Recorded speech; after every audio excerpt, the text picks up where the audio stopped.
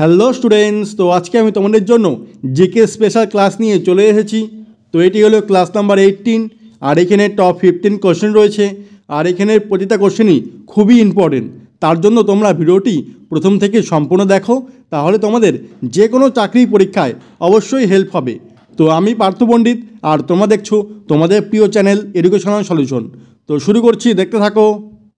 তো দেখো question number 1, গান্ধীজির আইন অমান্য আন্দোলনের সময় কে গভর্নর জেনারেল ছিলেন? কে গভর্নর জেনারেল ছিলেন এই গান্ধীজির আইন অমান্য আন্দোলনের সময়? A Lord Linlithgow, B Lord Hardinge, C Lord Minto, না ডি লর্ড আরউইন? তো কোনটা উত্তর হবে এখানে, এ বি সি না ডি? তোমরা জেনে থাকলে অবশ্যই কমেন্টে বলো। তো এখানে বলেছে গান্ধীজির আইন অমান্য আন্দোলনের সময় কে গভর্নর জেনারেল ছিলেন। এটা কিন্তু খুবই ইম্পর্ট্যান্ট কোশ্চেন। তো এটার সঠিক উত্তর হবে option number D, Lord Irwin.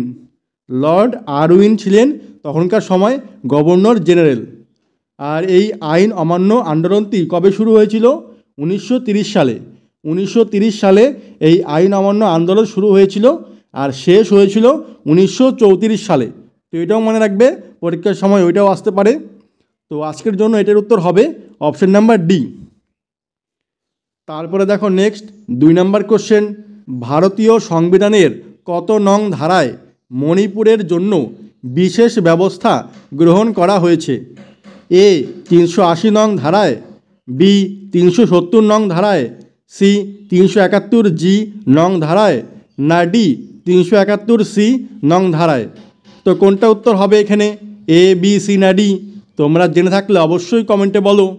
তো এখানে বলেছে ভারতীয় সংবিধানের কত নাম্বার ধারায় মণিপুরের জন্য বিশেষ ব্যবস্থা গ্রহণ করা হয়েছে? তো কোনটা উত্তর হবে?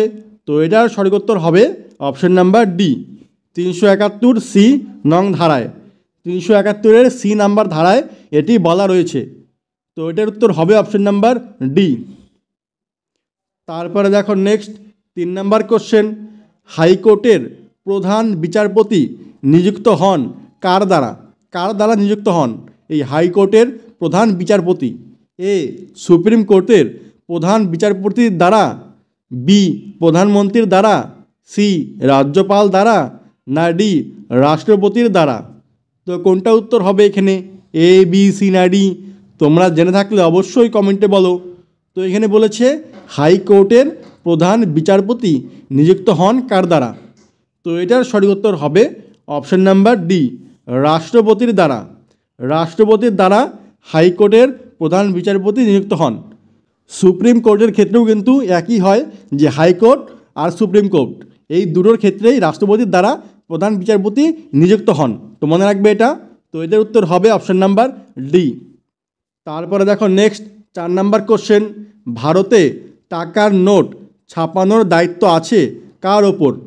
এ রিজার্ভ ব্যাংকের, বি অর্থ মন্ত্রকের, সি স্টেট ব্যাংকের, না ডি প্রধানমন্ত্রী অফিসের? তো কোনটা উত্তর হবে এখানে, এ বি সি না ডি?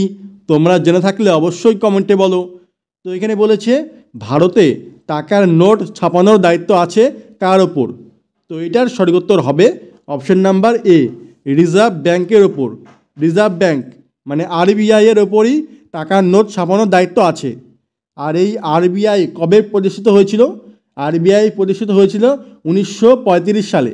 1935 সালে আরবিআই প্রতিষ্ঠিত হয়, আর জাতীয়করণ হয় 1949 সালে।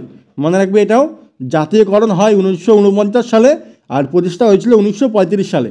আর বর্তমান আরবিআইয়ের গভর্নর কে রয়েছে? শক্তিকান্ত দাস। মনে রাখবে 25তম শক্তিকান্ত দাস বর্তমানে রয়েছে। তো সবগুলি মনে রাখবে। আর আজকের জন্য এটার উত্তর হবে অপশন নাম্বার এ।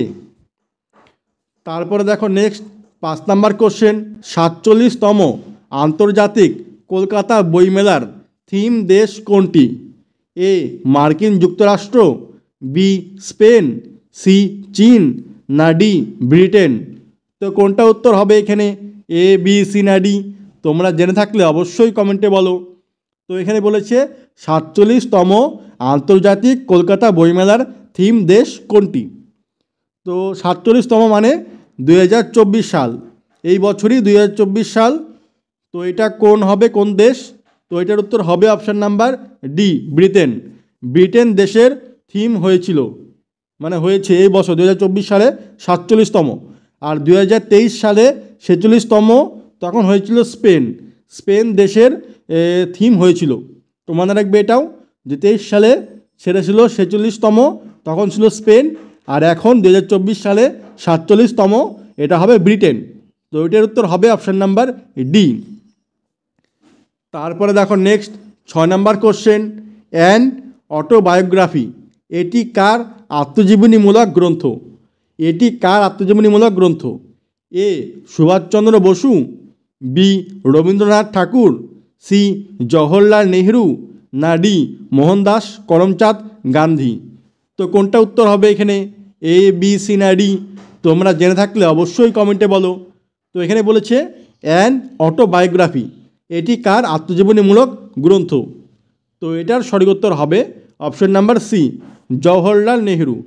জওহরলাল নেহরুর আত্মজীবনীমূলক গ্রন্থ এটি, অ্যান অটোবায়োগ্রাফি। তো এটার উত্তর হবে অপশন নাম্বার সি। তারপরে দেখো নেক্সট 7 নম্বর কোশ্চেন, কোন মধ্যযুগীয় শাসক আইন-ই দহশালা প্রবর্তন করেন? আইন-ই দহশালা প্রবর্তন করেন কোন মধ্যযুগীয় শাসক? এ শেরশাহ, বি বলবন, সি আকবর, না ডি ফিরোজ তুগলক? তো কোনটা উত্তর হবে এখানে, এ বি সি না ডি? তোমরা জেনে থাকলে অবশ্যই কমেন্টে বলো। তো এখানে বলেছে আইন-ই দহশালা কে প্রবর্তন করেন, মানে কোন মধ্যযুগীয় শাসক প্রবর্তন করেন? তো এটার সঠিক উত্তর হবে অপশন নাম্বার সি, আকবর। আকবর এটি প্রবর্তন করেন। তো এটার উত্তর হবে অপশন নাম্বার সি। তারপরে দেখো নেক্সট 8 নম্বর কোশ্চেন, আর এটি হলো কোশ্চেন অফ দ্য ডে, থাম্বনেলে দেওয়া ছিল, তোমরা পারো কিনা দেখো। এখানে বলেছে আকবরের রাজস্ব মন্ত্রীর নাম কী ছিল? এ টোডরমল, বি বীরবল, সি কৌটিল্য, না ডি কোনোটিই নয়? তো কোনটা উত্তর হবে এখানে, এ বি সি না ডি? তোমরা জেনে থাকলে অবশ্যই কমেন্টে বলো। তো এখানে বলেছে আকবরের রাজস্ব মন্ত্রীর নাম কী ছিল? তো এটার উত্তর হবে option number A, Todar Mal. Todar Mal ছিলেন আকবরের রাজস্ব মন্ত্রী। আর টোডরমল কিন্তু শেরশাহরও রাজস্ব মন্ত্রী ছিল। তো মনে রাখবে যে আকবর আর শেরশাহ এই দুজনেরই রাজস্ব মন্ত্রী ছিলেন এই টোডরমল। তো এটার উত্তর হবে অপশন নাম্বার এ। তো স্টুডেন্টস, তোমরা যারা এখনও ভিডিওটি লাইক বা শেয়ার করোনি, তোমরা তাড়াতাড়ি একটি লাইক আর একটি শেয়ার করে দাও। আর যারা চ্যানেলে নতুন রয়েছো তারা অবশ্যই চ্যানেলটি সাবস্ক্রাইব করে পাশে থাকা বেল বাটনটি অন করে দাও এরকম আরও ভিডিও পাওয়ার জন্য। তারপরে দেখো নেক্সট 9 নম্বর কোশ্চেন, পশ্চিমবঙ্গে এক্সপোর্ট প্রসেসিং জোন ইপিজেড এর কার্যাবলীর সূত্রপাত ঘটে কোথায়? এ কাকদ্বীপে, বি রায়চকে, সি হলদিয়ায়, না ডি ফলতায়? তো কোনটা উত্তর হবে এখানে, এ বি সি না ডি? তোমরা জেনে থাকলে অবশ্যই কমেন্টে বলো। তো এখানে বলেছে পশ্চিমবঙ্গে এক্সপোর্ট প্রসেসিং জোন ইপিজেড এর কার্যাবলীর সূত্রপাত ঘটে কোথায়? তো এটার সঠিক উত্তর হবে অপশন নাম্বার ডি, ফলতায়। ফলতায় এর সূত্রপাত ঘটে। আর ফলতা জায়গাটি রয়েছে দক্ষিণ 24 পরগনা জেলাতে রয়েছে এই ফলতা। তো এটার উত্তর হবে অপশন নাম্বার ডি। তারপরে দেখো নেক্সট 10 নম্বর কোশ্চেন, এপিকালচার কোন বিষয়ের সঙ্গে সম্পর্কযুক্ত? এ কেঁচো প্রতিপালন, বি ফুল চাষ, সি রেশম চাষ, না ডি মৌমাছি প্রতিপালন? তো কোনটা উত্তর হবে এখানে, এ বি সি না ডি? তোমরা জেনে থাকলে অবশ্যই কমেন্টে বলো। তো এখানে বলেছে এপিকালচার কোন বিষয়ের সঙ্গে সম্পর্কযুক্ত? তো এটার সঠিক উত্তর হবে অপশন নাম্বার ডি, মৌমাছি প্রতিপালন। তো মনে রাখবে যে এপিকালচার মানে মৌমাছি প্রতিপালন, মৌমাছি প্রতিপালন।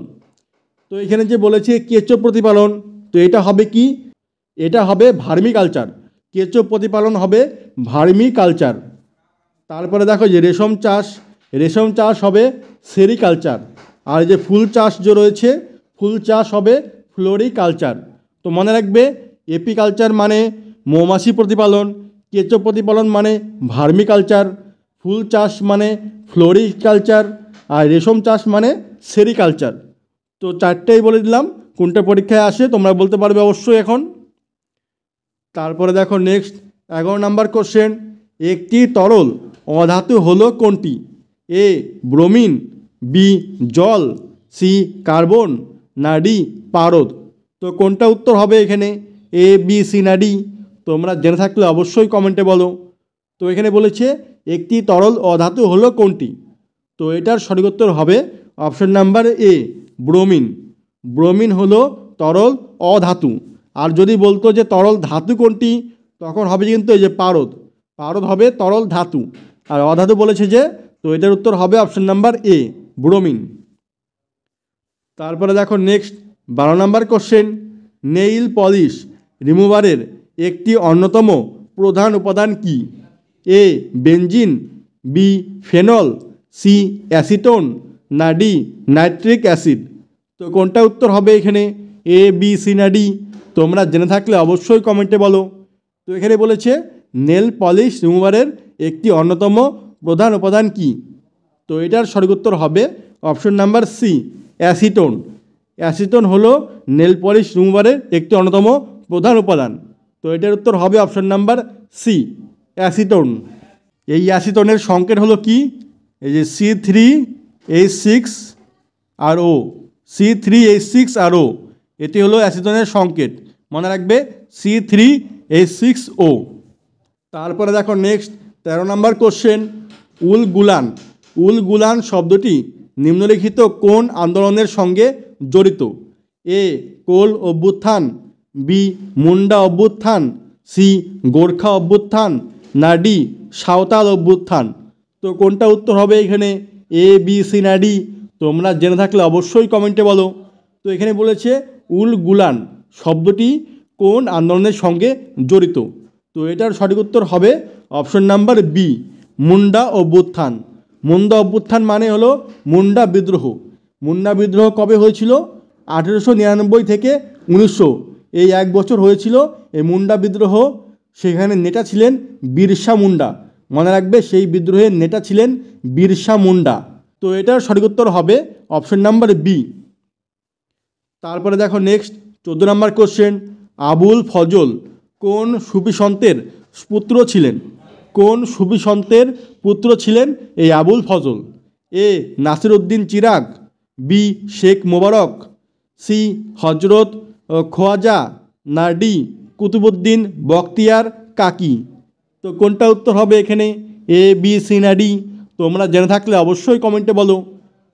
তো এখানে বলেছে আবুল ফজল কোন সুফি সন্তের পুত্র ছিলেন?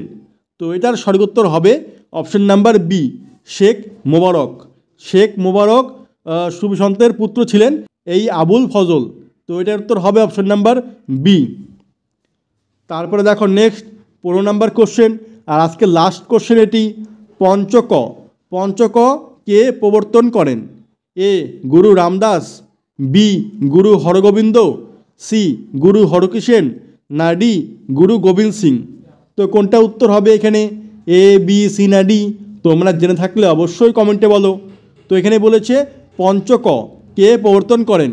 তো এটার সঠিক উত্তর হবে option number D Guru Gobind Singh.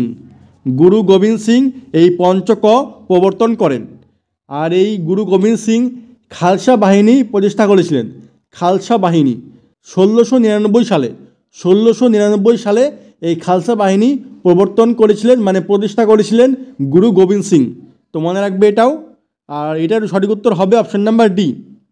তো স্টুডেন্টস, এই ছিল টোটাল 15টি কোশ্চেন। কোশ্চেনগুলি কেমন ছিল অবশ্যই জানাবে। আর ভিডিওটি ভালো লাগলে অবশ্যই একটি লাইক আর একটি শেয়ার করে দেবে। আর যারা এখনও চ্যানেলটি সাবস্ক্রাইব করোনি, তারা অবশ্যই চ্যানেলটি সাবস্ক্রাইব করে পাশে থাকা বেল বাটনটি অন করে দাও এরকম আরও ভিডিও পাওয়ার জন্য। তো আজকের মতো এখানেই রাখছি, আবার দেখা হবে পরবর্তী ভিডিওতে। বাই।